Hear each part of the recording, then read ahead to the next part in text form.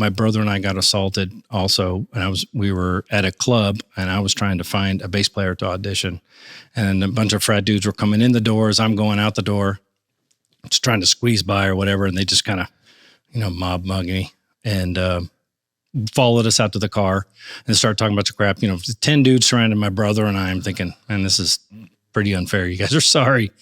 So I managed to jump in the car and tried to let him in, but, I had one of those old Corsicas with a lock that was not automatic. So I had to reach across and try to let him in. They snatched a hold of him. So I had to get back out, they got a hold of a bunch of people.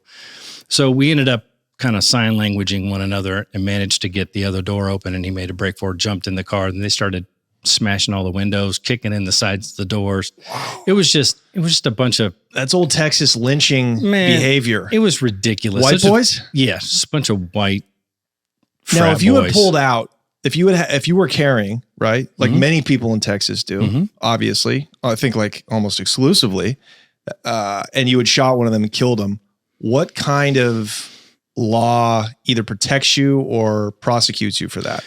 Like, is there stand your ground the way there is in Florida? Yeah, there is. But you have a lot of articulating to do at that point. But I think it's articulable because, first of all, if you have a gun legally and then you're getting jumped and beat by 10 different people, then essentially they now also have a gun because you're not going to kung fu spin around, kick everybody's butt, and then drive off safely. Because 10 on 2 is like having a gun. It's like a loaded gun. It's not going to work out. In your face. Yeah. So if I'm unconscious with a gun, then essentially now they have a gun. And so you have to make a snap judgment. But all that has to be articulable after the fact, which always makes it interesting, even in law enforcement. When you get into big skirmishes and fights and stuff, and people are critical of how, man, they kind of got together and were talking and trying to get their story straight. But I mean, and I know you've been in fights too. When you've been in a fight and you 5 minutes later have to give a blow by blow, it kind of takes a little time for you to remember how this went down because it was a big surprise. The dude started swinging.